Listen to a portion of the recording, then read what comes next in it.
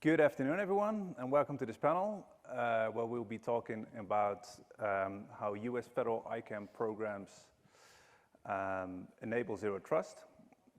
We are really going to talk about reality, not theory. I also like to mention that all panelists work with federal clients, but don't speak behalf of any particular federal agency. However, they have first-hand experience how their respective agencies are moving to zero trust, blockers, successes, and the specific role of the ICAM programs therein. All right. I hope that everyone is ready for some honest talk and that the panelists will share some provocative observations, but most of all, some lessons learned that can benefit the rest of the audience. All right, with that, my name is JJ Harkema. I am the digital identity lead at Easy Dynamics. Easy Dynamics is a small business in McLean, Virginia, and we focus on cloud and identity services for federal clients. Next to me is Christine Owen. She's a director at Guidehouse, providing enterprise IAM and zero trust solutions in the US federal sector. She's also, according to her LinkedIn profile, an identity evangelist and zero trust guru.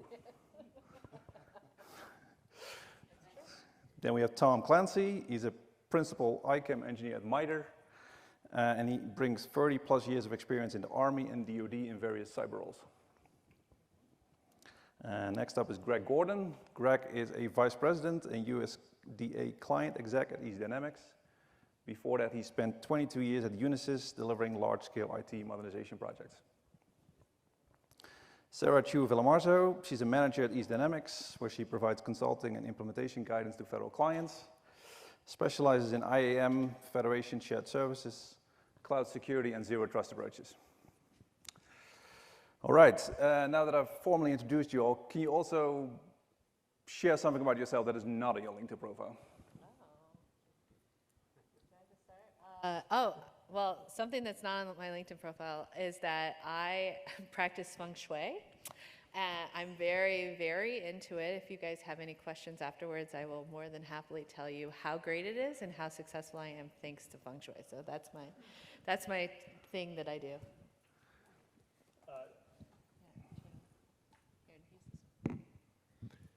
Hey, Tom, I'm a lifelong Mets fan, which has been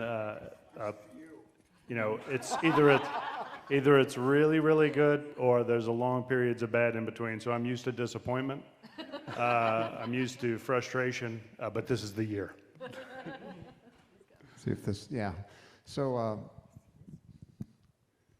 and I'm Greg, as a reminder. Yeah, so the item not on my LinkedIn profile is, fun fact, I'm a remote worker, which probably everyone in the room is a remote worker. I've been doing it for 20 plus years. During that time, my boss has never been in the same geographic region.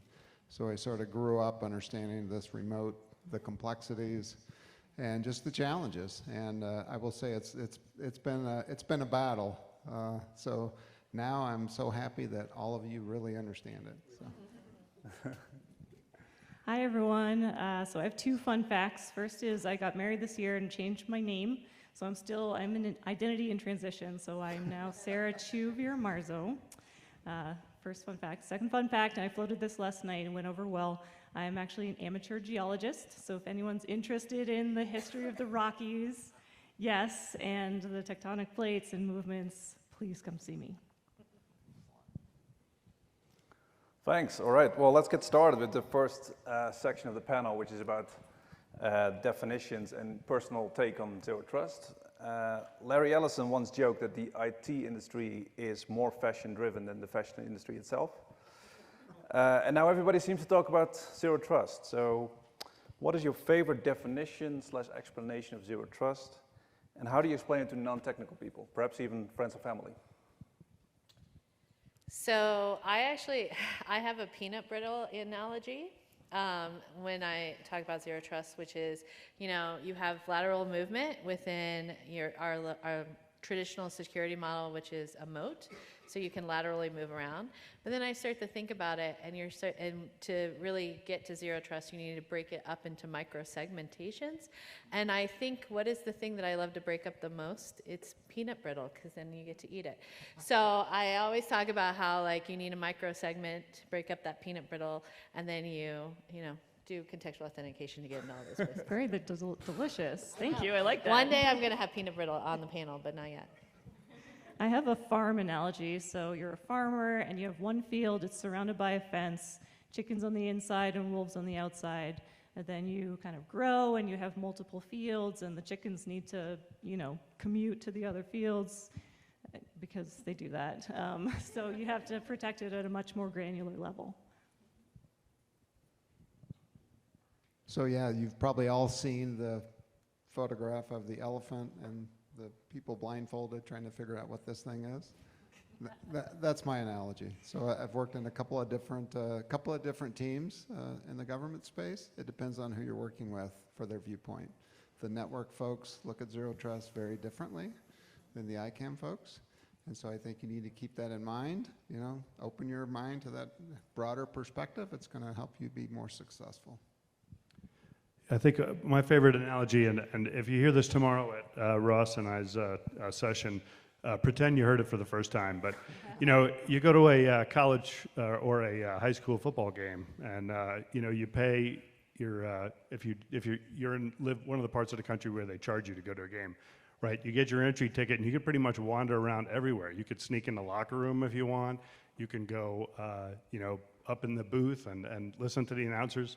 But if you try and do the same thing with your general admission ticket to like the Super Bowl, you're going to find yourself at a lot of different doors where there's different guards there, and they're each checking to see what your access level is, and your experience will be very different. And the reason why I like that analogy is because, you know, everything is different, right? So in some ways, if you're talking about the high school football game, that's probably an appropriate level of controls that's implemented, just because those controls are available at the much higher level of assurance required for you know, the Super Bowl or whatever. You don't need to do the same thing everywhere. So I like that example. We'll switch up a little tomorrow. Thanks for that. So you've talked a little bit about your definition, how you would explain it. Can you share a little bit how those conversations happen within the agency that you work with? Greg, you mentioned different business units. Provide some color on those conversations Yeah, to I mean, people that may not be aware of Zero Trust or IAM in the first place. Yeah, I think the important part is getting all the players identified and participating, and it's probably one of the most difficult. And you know, you've heard in several of the sessions today and yesterday, communicate.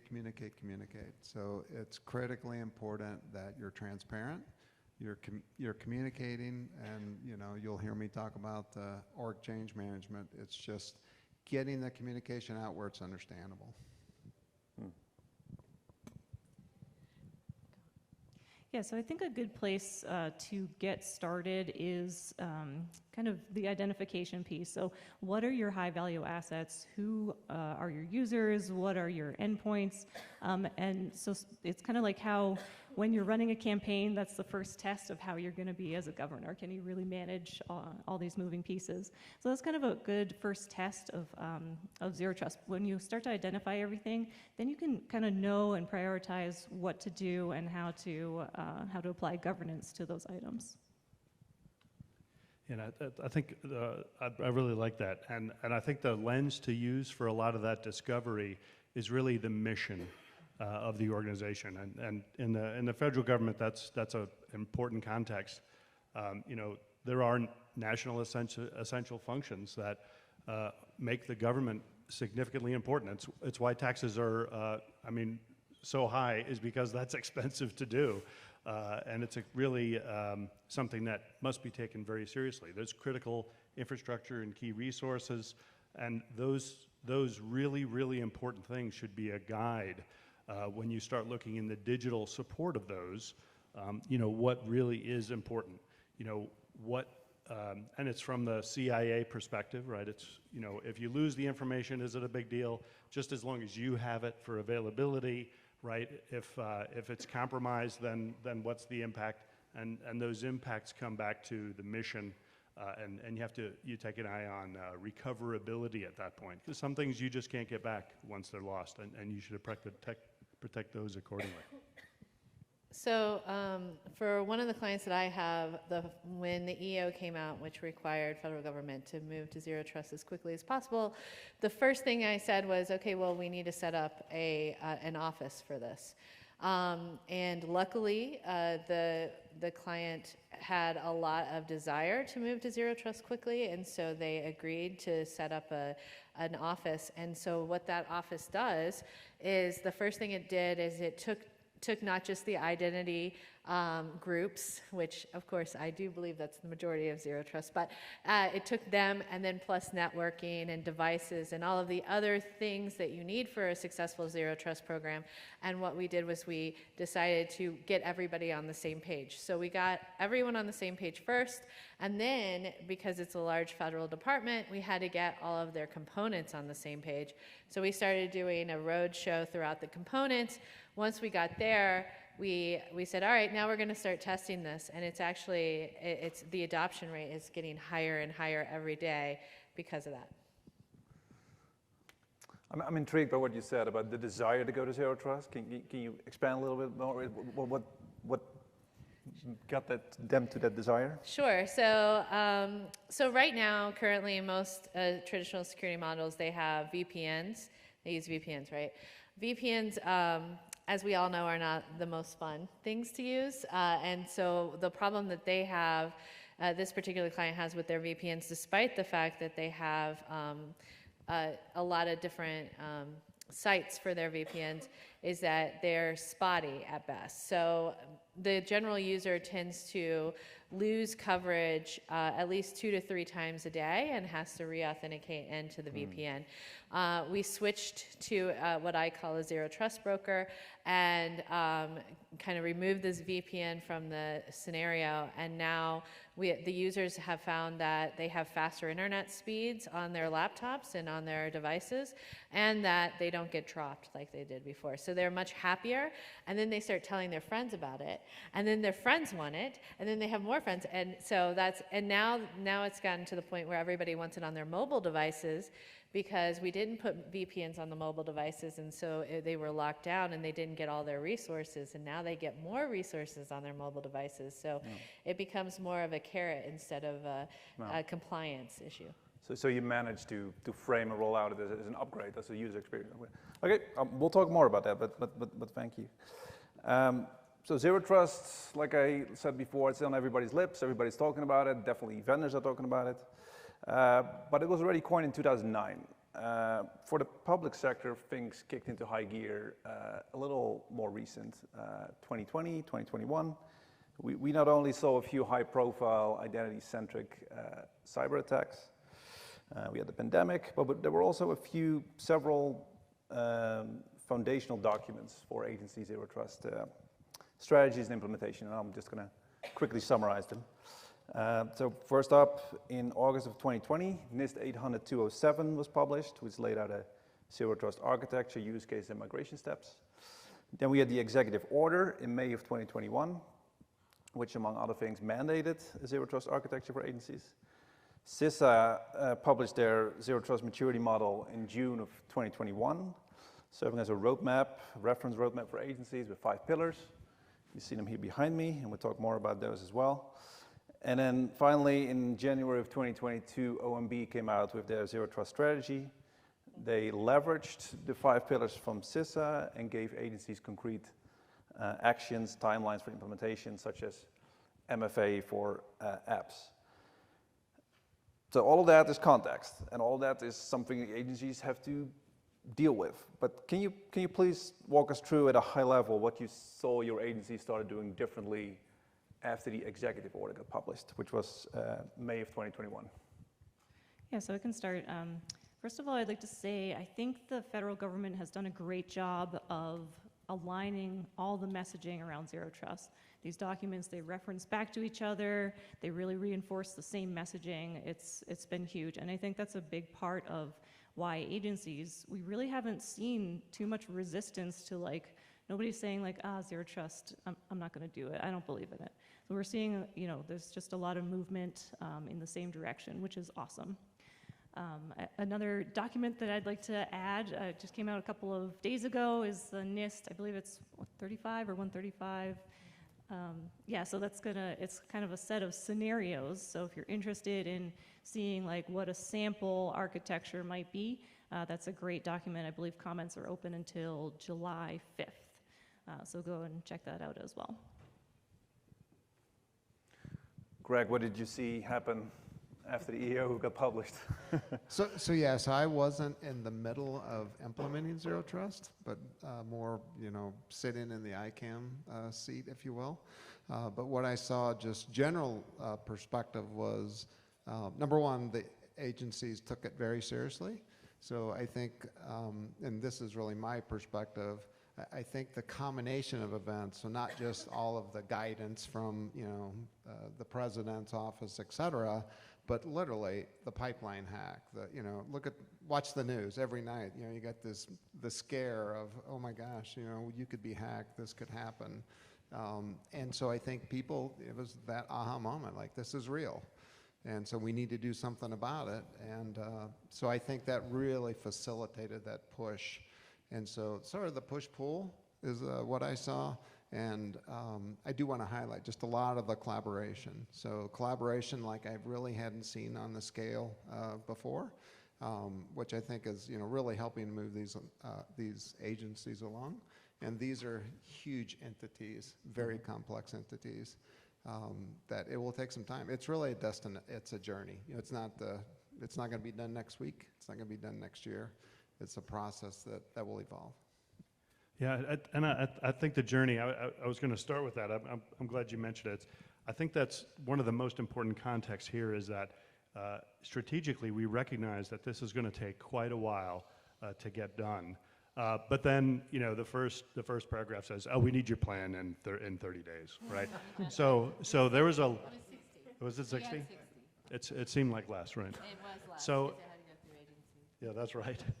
So I think that sense of urgency just gets the blood pumping, gets the blood flowing through the brain, so people are in a little bit of a panic, and building the team, getting people to the table so that you kind of get a scope of what's going on, and then after that document is submitted, you can start buckle in it for the longer ride. But we've got some concrete things to work on.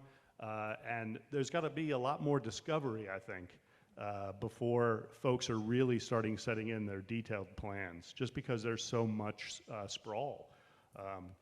Where systems are, I mean, all of the CFO Act agencies, are multi-echelon with internal bureaus.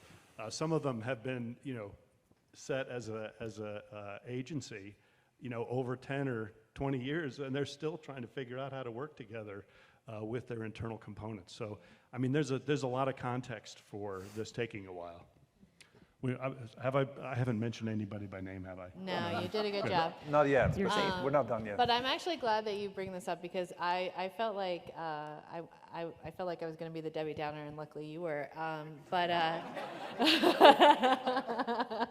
you started that downward trend. No, so I think all of us on the panel are very lucky that we are working with forward-leaning agencies and that have been really gung-ho to adopt Zero Trust. In fact, the one that I work with most heavily, they were actually on the road to adopting Zero Trust before the EO came out. So we were really in a position that was a lot more advanced than any of the others within the federal government. That being said, there is a group of agencies, they call themselves the Lunch Bunch, and they sit and they talk every Friday about how on earth are we going to do this, and they are freaking out. So while I'd say some of the bigger agencies have a better handle on things because they tend to have more money and they've had better ICAM programs, and quite frankly, what I see is the agencies that have strong ICAM programs already, those are the agencies that are like, okay, we got this, we can do this, let's start working towards it. The agencies that don't have strong ICAM programs, there are a few, are a little worried, and they're trying to figure out how to get the budget and the people and really just get that incremental steps. So the fact that M2209 came out and said, here are 24 actions for you to take, good luck, that actually helped a lot, because that gave agencies a roadmap of, okay, I can show incremental progress by doing the easiest step on this roadmap. And I think Christine touches on an important point, which is if you have a strong ICAM shop, you're already part of the way there. And I think agencies may be further along than they think. As JJ was saying in the beginning, like this is a new term for a set of concepts that is not really that new. So it's just kind of bringing everything together. So I think if there are agencies that are nervous or not sure where to start, I think sometimes they're further along than they might think. So using what you have, using your tools, for example, if you're already integrated with CDM, which you ought to be at least partially at this point, that's a great starting point. You already have some sort of visibility into your systems, what's happening, who's there, so that's a great place to start. What surprised you in the initial, there was that first, let's say, called constructive panic, and then the plans were submitted, and then the real journey started. What turned out to be easier or harder than you had expected?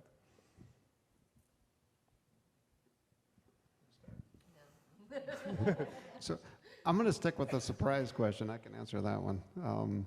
So I think for me, what I saw that was really interesting was that community outreach. So I personally hadn't seen that strongly in other of these sorts of communications, mandates, et cetera.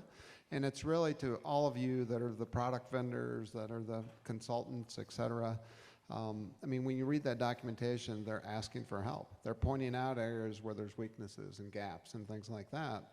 And I think the government understands that they're not going to do this by themselves, right? Not only do they need consulting support, they need the vendors to work on their roadmaps, modernize their products, et cetera, because in the end, we're going to travel down this journey of zero trust. And I think all the functionality that we need today doesn't exist. That parts of it are there, but parts of it are maturing. Yeah, so that's a great point, and following up on that, like the one thing I think that was the most surprising is we would get into a room with the vendors that the agency chose for their zero trust journey, and we got all of them in together, because of course you can't do zero trust with one vendor, you need multiple. We got them all together, and we basically said, here's what we want to accomplish, who's going to take which part of this, and how fast are you going to do this for us, right? And then on top of that, we also pushed all of these vendors to move to GovCloud, which is a higher version of AWS. So we had that happen as well. The thing that I think was, that I was pleasantly surprised on was, the department that I focus on the most right now, they tend to have squabbling within the components and getting everybody on the same page.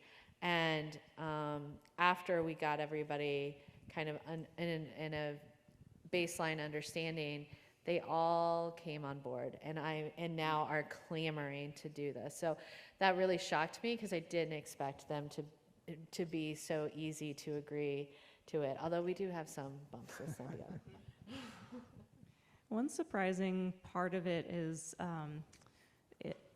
sometimes we have a kind of an agency-centric perspective, but it's important to remember that, especially if you're like a consumer-facing agency or organization, your end users are going to see changes, lots of changes, and sometimes it's going to be a bit of a shock. So adding that communication piece as soon as possible, making sure that you're building in comms plans and kind of educating not only the the implementers, but also the end users, can kind of help to maybe avoid some of the, not like politicization, but just sort of shock of change for the end users, kind of hold their hand through the process.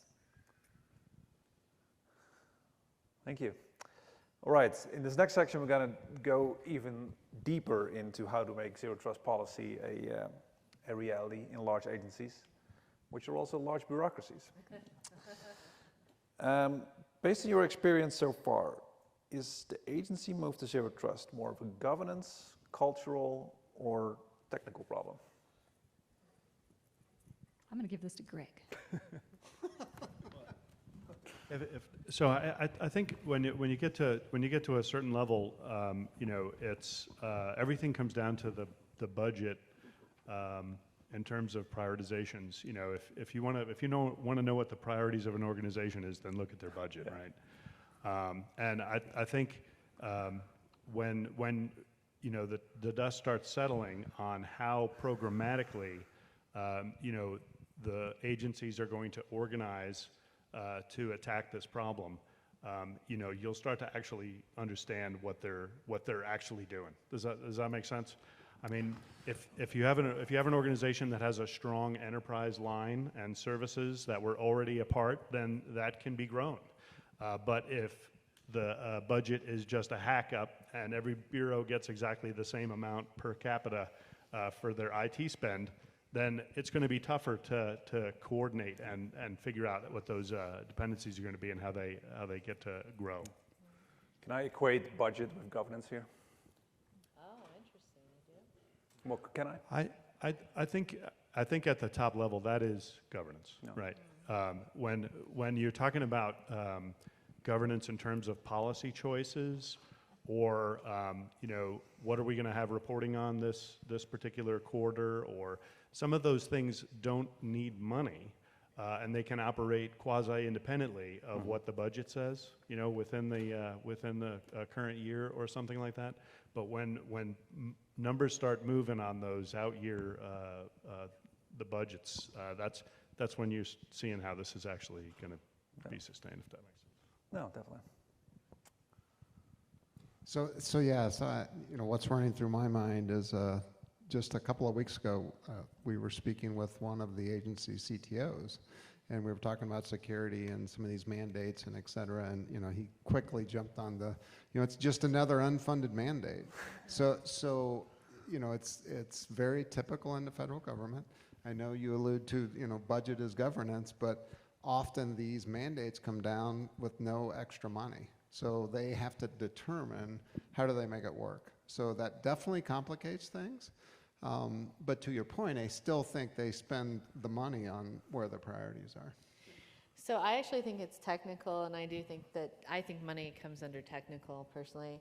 And the reason is that this is like, to get to zero trust you have to pay a lot in the beginning, then you can remove some things, and then the money comes back down.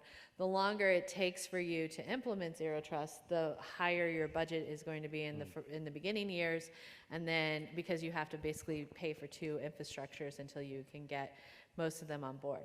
So in my opinion, and the way that I've seen agencies move towards this, the best way to do it is to have a centralized architecture and then get everybody else on board. And the best way to do that is to keep the money at the top, at the CIO shop, and then push it down that way. We found that carrot actually worked a lot, and it worked really well with the components in the department that I've been working with. But it is an unfunded mandate, and even if an agency puts it in their budget, it doesn't mean that it gets funded. And I have some horror stories about that, so.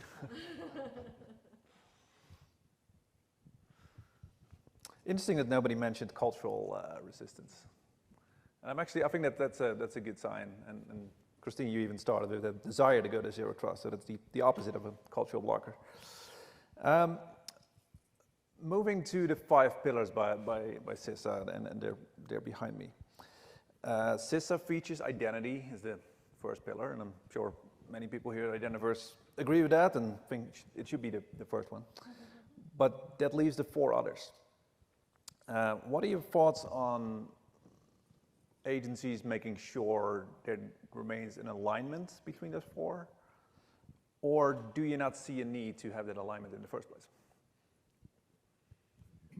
Well, I think part of the challenge is really the segmentation sort of challenge. I know there's a lot of agencies that feel like, hey, we're already segmented, right? Everybody's running their own network and has got their own connections to the internet, and everything's fine. So we're already zero trust.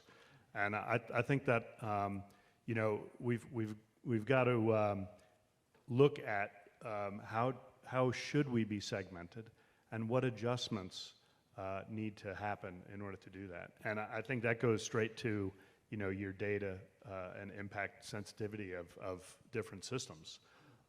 So there's some systems that need segmentation, you know, inside the system. If you've got a warehouse in downtown DC with an IBM 360 running in it, and you know, if it's connected to the network and doing things now, that should be a concern, right? Mm-hmm. You've got to figure out how to apply those things around that system. But others are less. There's legacy out there that tech debt may align with things that are really important, and you've been reluctant to make changes to because it's hard for many years. And anyway, you got to do that. You got to figure out what your segments strategy is going to be, and then you can figure out what the other services can lash up to support it. Yep, I would definitely agree with that. And I think the governance piece is really what ties everything together. You can see here it's kind of the first pillar, or not pillar, the step under the pillar. Anybody seen Bill and Ted? The pillars, it was most tranquil. So the governance, you know, you kind of set up your policy engine, and then you've got your components, your endpoints, your users, whatnot, and then once everything is going through that policy engine with appropriate governance, then you can direct them to whatever segment that you need to. So I think data is actually the hardest pillar, and I say that it should be slanted because data is the least mature. Not only because, of course, we have big data, especially in government, and so I don't think we know all of the data that we have. But it's also because I think that we need vendors to have better data tagging that is more automated, so that we can have better protection for the data. So I'm really looking forward to that vendor out there who can give that to us. Yeah, and I would agree data is definitely more immature. I do want to add on to what Tom said about the priorities. And I've seen some interesting approaches. If any of you are thinking about how do we jump off air on this destination, you know, it sort of logically makes sense to my high value assets. We need to deal with this. This is the highest risk. Recently, someone told me that, you know, those to us are the highest risk of breaking things. So we're going to start with the more simpler things. Mm-hmm. Try to get it right. Once we sort of perfect this, we're going to get into the really mission critical, would be, you know, horrible if something happened to these things. So I thought that was a really interesting answer, not something I had thought about. And so I think from a priority perspective, you know, the one answer for sure is you can't do it all at once. And so sort of pick what you're good at. Another perspective I heard was tie it to something else that's important. So when there's a business need, say to modernize an application, that's the one you hit. So jump in there and, you know, include zero trust aspects, et cetera, because you've got interest, you've got your business customer interested, you're likely to get funding, and that's the time to make the move. So I want to add to that, thank you, Greg. There are tools and resources available to help with prioritization. So for example, you can work with CISA and do a high value asset kind of assessment. They can help you with your risk management, they can help you with your planning, so people are available to help. And I think that's important for agencies, maybe a smaller agency or someone who is working on their plan or doesn't have the resources or expertise maybe to conduct their own asset management system. There's definitely resources to help, and I think this is another aspect where the government is really pooling together on this. It's all about shared services, about shared brain power, and shared resources. All right. Greg, you said tie it to something else, which could be the mission or cost or user experience. You mentioned user experience in the beginning, so I'd like to have everybody respond to that. What do you think? What do you think the role is of user experience? And I'm defining the user as the internal people working in the agency. What do you think the user experience role is in the move to Zero Trust? So I see, this is because I think of Zero Trust as mostly identity-based. I see it as an enabler for mission-critical tasks. So, and I see it as reducing friction, which does sound really weird because, you know, we want to re-authenticate everyone into each of those little bite-sized micro-segmentations. But, you know, user experience, per NIST guidance, users should be re-authenticating once every 12 hours, right? And then after that, per M2209, we should be using a centralized IDP and using SSO to get users into applications. So, once you think of it that way, of course, I want one of the users to authenticate in the morning or whenever they start their shift. But then after that, I want a lot of machine-based learning to be in the back end, looking at all of the different device-level signals and other contextual ways to authenticate that user, so that that user doesn't have to go in to, for example, a federation and go and click on which component they're in, and then maybe they get SSO, or maybe they have to re-enter their PIN or do something else. I see it as actually a much better enabler. And on top of that, because it does create a more secure path, I can allow these users to also access agency resources on different devices beyond just their desktop or their laptop, but also on mobile devices because it's more secure. Yeah, I mean, I think fundamentally it should be better. It should be easier. I think one of the things that we've got going on right now is that you know, our high assurance credential, the PIV card. You know, we haven't had a really big password problem in the government for these sort of high value assets because, you know, you just got to remember your PIN and make sure that you have your card. Now, I think we're starting to see challenges where, depending on, you know, what device you're on and your operational location, you know, we're putting some solutions for that in reach that also have great user experiences associated with them. But I don't know if we've done it to scale yet to really be confident about that. I think we've got to be careful moving forward as we implement unfishable alternatives to PIV to make sure that you know, we're not introducing a whole lot of friction to that space. The PIV is good. Might be some PIV nostalgia happening here, but yeah, it was interesting that the OMB Zero Trust strategy called those out as well, those phishing-resistant authenticators. And yeah, interesting that you mentioned that people might start longing for the PIV once they have those new fancy YubiKeys, maybe. All right, Greg, anything you want to share about the user experience in the move to Zero Trust? Yeah, so I think the objective is, you know, I like to think of it at least as it should be a much better experience that's more secure. And so, you know, that's really the challenge. You know, I heard someone earlier today, hopefully it wasn't in the keynote where you all heard it, but you know, talking about, you know, they implemented, you know, this better experience, removed a lot of the friction or whatever, and it sort of freaked people out. They're like, oh, wait a second, you know, am I getting hacked? Don't I have to like enter a password? And so I think as that experience, you know, people, they're used to habits, right? And so as you start to experience a better way of, authenticating in, you'll start to get used to it. And I think that will also help us as implementers because, I still see one of the major problems is culture and the uptake. I mean, we can get things implemented, but getting people to really use it and then to like to use it, that I think is still a big challenge. Yeah, so I also think that it's important to, kind of hearkening back to something I alluded to before, but you can have a perfectly compliant and solution that's like making your agency really happy, but if the end user doesn't know what is coming down the pike, they might get upset.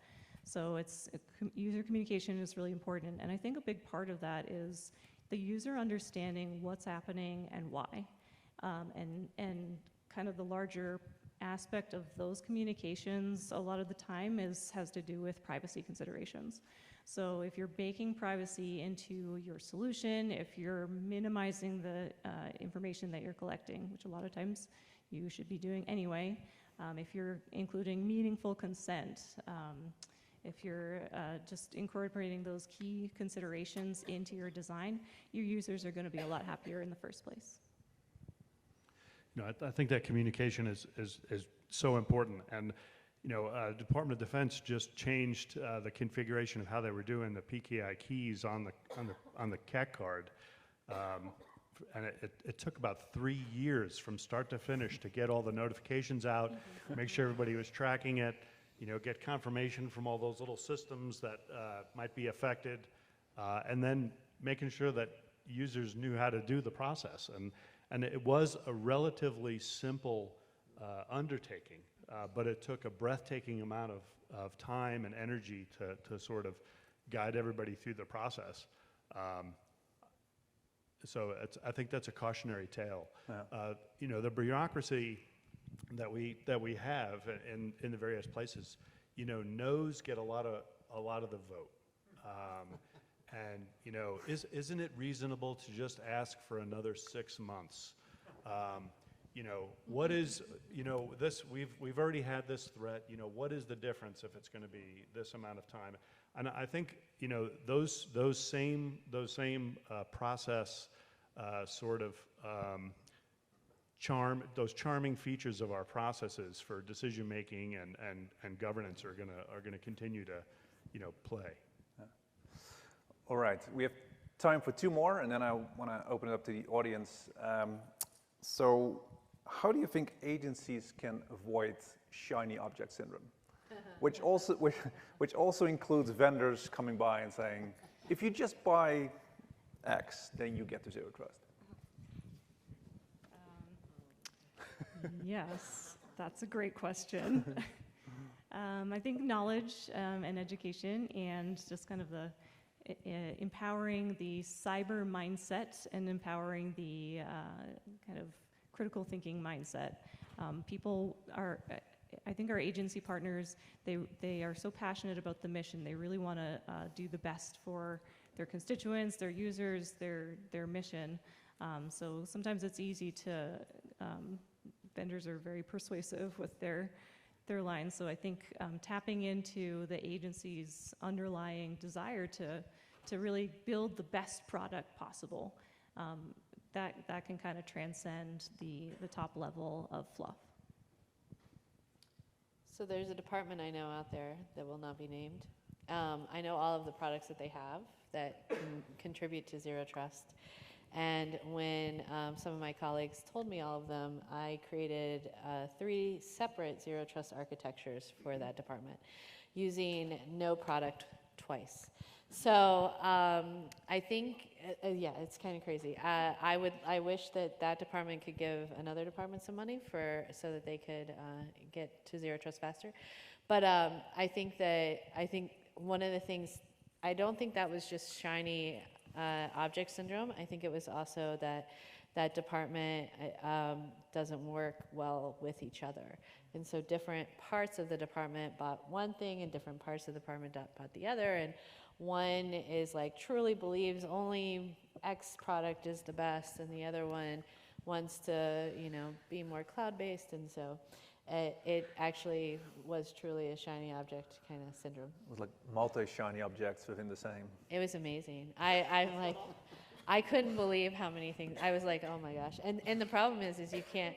How do you pick a horse if you're a consultant there? You can't, because you don't know who's going to come out ahead. I think there's a lot of great messaging about zero trust as a framework, as an idea, and not a solution. But I think it in order to pursue it, it requires the integration of a lot of solutions. And that's the zero trust stuff is the things on the bottom that cross connect, and that's where there's. I would say that's a weakness of the various vendor products, is that they're not meant to, extend the capability of their other competitors and other products in other areas. And I think that's really where we're going to need more focus from industry, is helping to sort of get this vocabulary of interoperability and integration so that we can actually get to meaningful orchestration. That's a tough one. Yeah, and I think we're starting to see that mature, around the standards, especially, I think the vendor community sees that that's one way to get on board, is that kind of the days of, you need my product, I don't care about that product, they don't have to talk to each other, sort of over. I think we are seeing a lot more interoperability. And the agencies are seeing that it's not going to be a single product. It's just literally not possible. Not only do they already own a whole toolbox of products, and then to your point, I think you have to be careful in judging, in this case, the federal government, as you look at this and you're like, oh, this is crazy. Who would have ever done this? I mean, it's like everything else, right? This grows up through the last decades, and these band-aids because of no budget, these mandates, these maybe CIOs that had different sort of goals. That's how things happen like that, and so I think today, we talked about earlier the shared services. You're seeing lots and lots of agencies moving to shared services, and I think that will really facilitate sort of accelerating this process, because by definition, as you start to get to these common components, common infrastructure to an extent, not just a single solution, but common infrastructure and standards, things will start to move more quickly. So to follow up on that, so to Tom's point of people believing they already have micro-segmentation because they have multiple networks. This department does truly have multiple networks, and so each network had its own little, fiefdom, and they all had decided that they weren't going to work together, but they're at the point where they're realizing that they have to work together, and they do need to create a shared service for the department, but it's just trying to convince all of them to get on that same vendor page, which I don't know how they're going to do that.